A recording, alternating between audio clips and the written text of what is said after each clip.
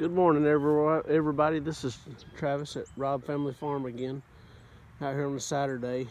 Pretty chilly today. I think the high is supposed to be like 43, 44. But what we got going on today is we are going to get, this is the smallest pile I've got. And I've probably got, I'd say 5 piles of brush. This being the smallest, the other ones are pretty big, but I was gonna burn it all, but then I thought, why not rent a wood chipper, pile it up, use it for some bedding in the barn, for the goats, in the pig area, stuff like that, instead of burning it all. So I went and rented a wood chipper, and last night on the way home, picked it up, got here this morning, gonna unload it, and my tailgate handle broke. So, like everything on the farm, always something to do, always something to fix. So right now we are going to take the back panel off of this tailgate on this side to get the tailgate down, to get the chipper unloaded, and then we can start working, and then I'll figure out later this evening what parts I need to fix the tailgate, get them ordered. But for now, I'm gonna take this out so we can get the chipper. Well, change of plans. I got the chipper unloaded. I run about 2 limbs through it and it died. So I started it back up, run another limb through it, and it just quit turning. So after inspection, one of the bolts that held the motor still, I guess, and kept it tight on the chain or whatever that turns the drum, broke completely off, and all 4 motor mount bolts were loose as could be. So it's gonna take me an hour and a half to get it back to Home Depot, get it returned, get my money back. So instead of trying to finish the rest of the day, we're gonna go back and work on some of the fence line that we were working on last week. And we got a burn permit from the county, so we will probably start a fire and just try to get some of it burned anyway, and maybe next weekend or in 2 weeks try to rent a chipper and chip up some of it. If we get it all burnt, then we'll just have one of the local tree services bring and dump a pile of chips. Then I won't have to worry about spending the money to chip it. But we're just trying to be, I don't know, another idea. But either way, not happening today. All right, we're back from Home Depot. Ate some lunch, and we've gotten, this was that little pile was right here that I was showing y'all earlier. I'm gonna cut those 2 sticking up right there. I'm gonna cut those down, and this area will be done, be ready to be plowed. We're gonna put the garden here this spring. That's our first brush pile we're burning. Now we're gonna move on to the one down at the fence line that we've been clearing.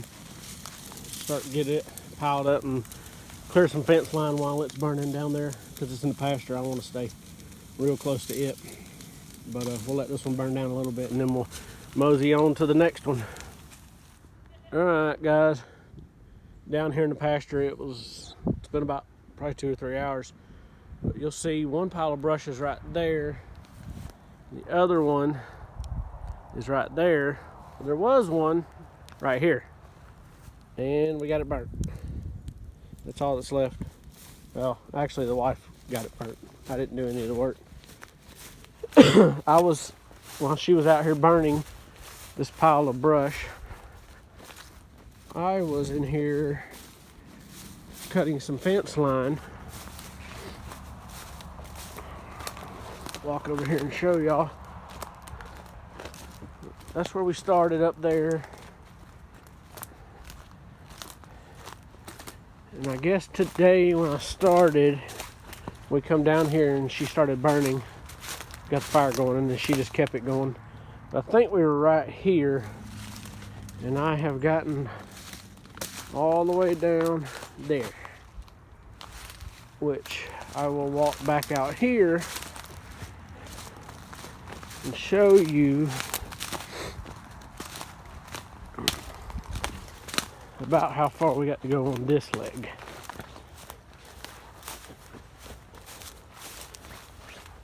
As soon as that fire dies down, we're gonna head back to the house. Wind's picking up, temperature's dropping down pretty quickly, getting pretty chilly, but next to that fire is hot. But we're right now, I have got it cleared all the way down to right in there. And where we were going is right just this side of that big, I think it's a poplar tree. So I guess that's probably about maybe 100 foot. But if you'll see where that poplar tree is, right just this side of about 10 foot is where the corner post, the double H brace that we're gonna put in once I get it cut in there. And then, like I've said before, we're gonna turn from right there and go just inside this wood line. It drops off probably 5 feet inside that wood line there. So between the edge of this brush right here and where the drop off is, we're gonna put a fence. And it's gonna run all the way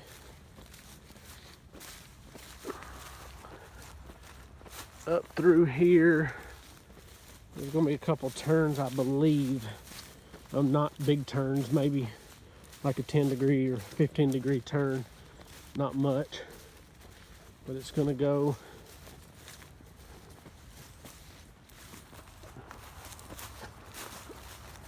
all the way to right here. And then right here is that little cut through I've talked about before to the third pasture up there.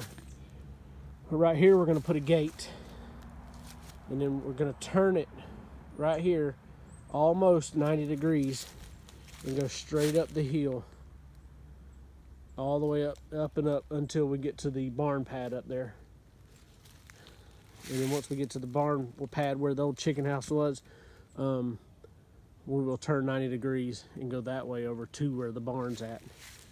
But where we are with this gate, where we located, right there's the poplar tree I said. Right there's the line that we've been clearing. There's the first fence, and there's our first pasture, and there's the fire pile. But it'll be a good addition. We did have the goats tied out here today for about an hour or two, and they got their bellies full and laid down. Didn't want nothing else to eat, so we put them back in the pasture and with the other animals, let them loose. But I did have to add one of our goats, Honey, started sticking her heads through the fence, which I was expecting because of the type of fence I put in. So I was expecting it, but they never had. Well, all of a sudden she started doing it. None of the other ones. Twice, 3 times we've caught her with her head in the fence, stuck, because she does have horns. But on top of the post right there, you'll see got one of the electric chargers, and it goes from that H brace all the way up through the woods to the corner, and then halfway down that front stretch, which is really where she would get stuck, because I believe it's because there's brush and stuff on the outside of the fence there. So she would always try to stick her head through and get some greenery, because as I pointed out before, everything in that pasture is dead. So since I put the electric up, she hasn't tried. I don't know if it's the electric or the last time she was choking so long that and hanging there and struggling that she decided she wasn't doing that again. I don't know, but either way, the electric's up, it's working. So no more issues with that, hopefully not ever. And I think I'm gonna go between the fence that I've used, which is field fence, which is small at the bottom and gets bigger at the top, between it and the sheep and goat fence, there's $120 difference in the rolls, in the 330 foot roll. So money wise, I don't want to, because we've only had those few issues and we don't have them now, I'm going to stick with that field fence. But what I'm also going to do is tie into that solar charger, and then down this fence line all the way to the corner, and at least to there. If I have to, I'll run an electric fence on that to keep her out of it, keep them away. Once they realize it's there, they usually just stay away from the fence. We realized that when we had them in the little pen up there next to the dogs. They didn't mess with the fence after they realized there was electric on it.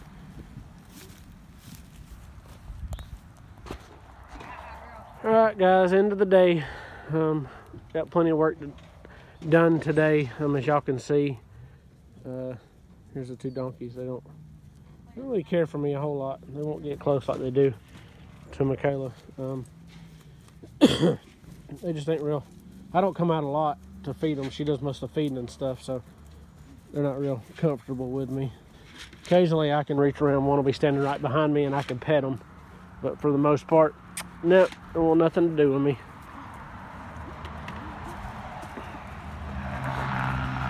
As you can see, he just took a left. Don't touch me. There's old Bessie.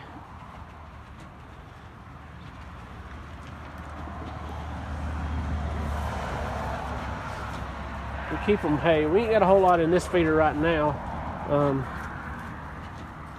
because we got that round bale down there, which I'm fixing to go get a new one for them. But we got that one down there that they eat on for the most part, so we don't keep this one that full. It's still got a little bit in it, and we'll probably add another bale here in the next day or so. There's a salt block. I actually got a big salt block today. We keep baking soda for the goats. There's some minerals. There's also a mineral block right there. With the baking soda, if you've got goats, you know that if they get any kind of upset stomach or anything like that that I know of, that's what it's for. They know they need some, and they'll go just lick the baking soda.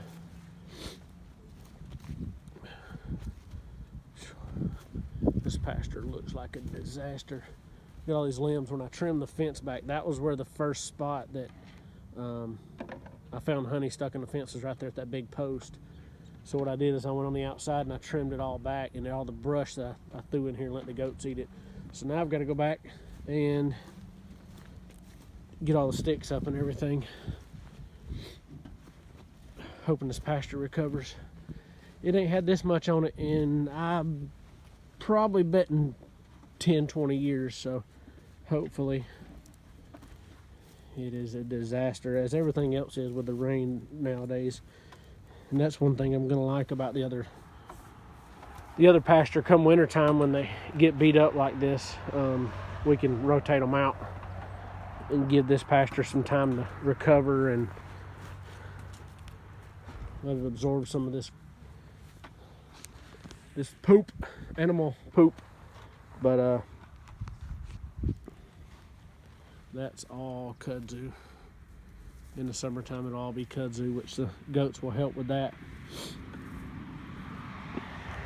And we were talking the other day, me and the wife, that right out here, that's the barn pad that I was talking about on the first video. But right out here at this corner, I'm thinking we're gonna cut a gate in, so that way if the animals are only on this front pasture, then we can open the gate right before that H brace.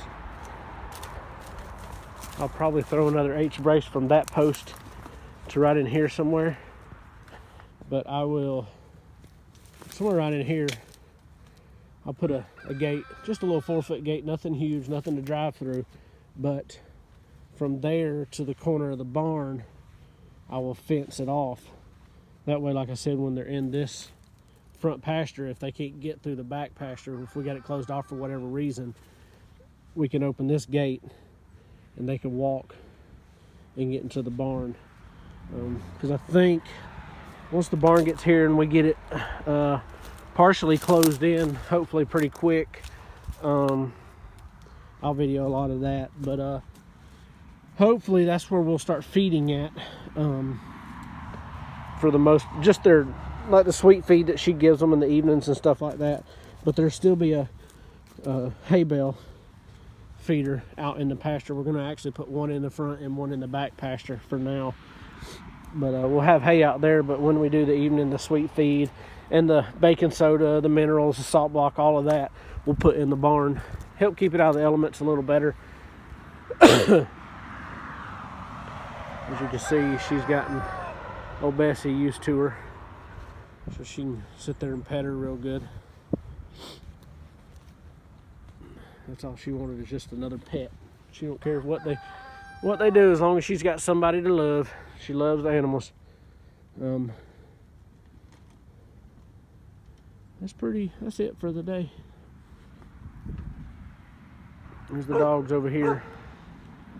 Got them separated, the big one and the little basset hound, because that big one's, when one of the miniature dachshunds is in heat, that big black one gets pretty aggressive, and he likes to fight a lot and just likes to show his dominance, because I believe because they're both not neutered. So got them separated right now until we get the female out of heat. That's it for the day. There's a pile of logs I got split the other night. I came out here in the dark. Let's see, I think it was Thursday evening.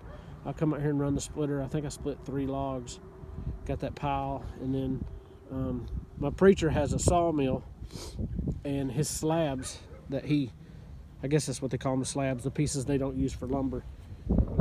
I go over there and get them for him because he don't want them, but I'll bring them over here and cut them up into sections. That's what's on that little wagon right there, and then I'll cut them up into kindling.